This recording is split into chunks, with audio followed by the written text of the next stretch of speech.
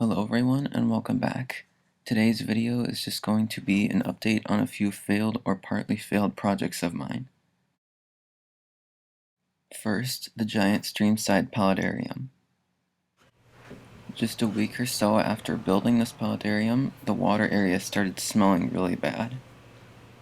It was sort of a rotten anaerobic sulfur smell. Every single submerged plant I've added to the water area has just turned black and fallen apart. First, the type of wood I used in the water area had really soft bark that was falling off and rotting. I also think the wood was leaching some sort of chemical out into the water. Second, the first light I used on the paludarium was not nearly bright enough to penetrate the water area much. That's why I replaced it with this USB powered light that has 24 LEDs rather than just one. That said, all of the terrestrial plants are doing very well. I think this is because they were much closer to the light and are not submerged under the nasty water. I have done water changes in this paludarium a couple of times, but it didn't help much. That's why I'm going to completely clean it out now. First, I siphoned out most of the water and then poured the rest into this bucket. I used a piece of yarn to gently wrap up the plants to keep them held in place for the next step. I did this to remove the old water and sand and to thoroughly clean everything. I brought the paludarium in and placed it back on the stand. I poured clean sand in the bottom and filled it up with dechlorinated tap water. Though I should have done this before I placed it on the stand, I untied all of the plants. The water area looks much cleaner now. I added a bunch of white sea shrimp to the water area. Then I added this nice little patch of thread moss. I also added some common liverwort from the original Streamside Paludarium. They also came in with some hypnomoss. Lastly, I added a small purple wandering Jew. Now that this paludarium is finally clean again, I'll try to keep doing water changes. I may end up taking as much wood out of the water area as I can to stop it from causing this problem again.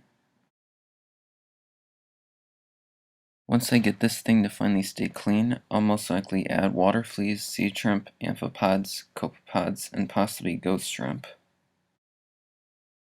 For now, I'll just keep doing water changes and making sure that light can get to the bottom of the water area. I will most likely keep adding plants to the land area.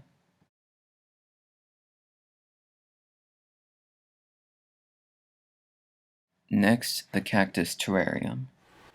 This is what it used to look like, and this is what it looks like now. It's completely dried up and dead. You may be wondering where that small gold cactus went. It's right here. The inside of it's completely dried up. Its roots are all gone, and a while ago I accidentally bumped it and knocked it out of the terrarium.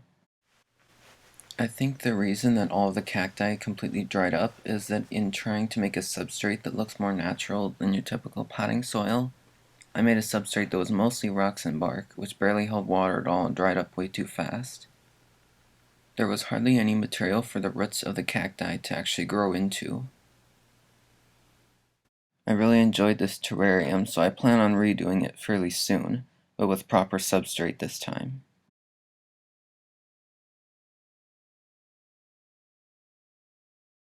Next, we have the saltwater jar Ecosphere. Ew, yuck. This Ecosphere is obviously not very healthy inside. Everything is covered with this gross, yellowish brown oily stuff. I think it's probably oil from the dead macroalgae as it was decomposing. This Ecosphere used to be nice and healthy and full of beautiful macroalgae growth.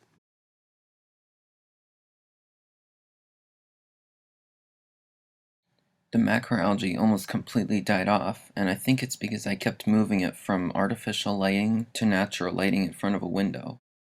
The macroalgae just had a very hard time acclimating to all that change. Its growth is starting to come back though, which I'm glad about.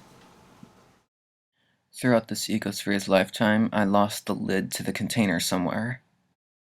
I have done a few water changes and cleaned the container a couple of times, and added 3 blue-legged hermit crabs. I moved one of them into a different container, but surprisingly the other 2, I think, are still alive in the ecosphere. For now, I'll just leave it in front of my window, as I plan to redo it fairly soon and use the materials for a different aquarium.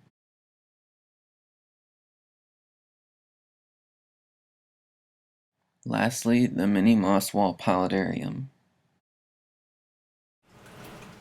This is what it used to look like. Most of the plants are dead, and there's some mold growth near the top of the container. The cloth wasn't wicking water to the top of the container like I thought it would, which I think is why the plants didn't survive up there very well. I added this small sheet of PVC plastic to help keep in the humidity and moisture, but the top still dried out. I honestly have no idea why the water area didn't work so well.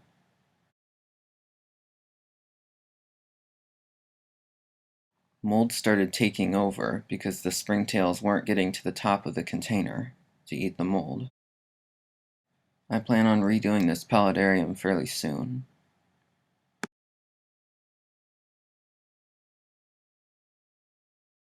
I hope you enjoyed this update video on a few projects of mine that didn't work out so well. A lot of these projects are just experiments. Sometimes they work out and other times they don't.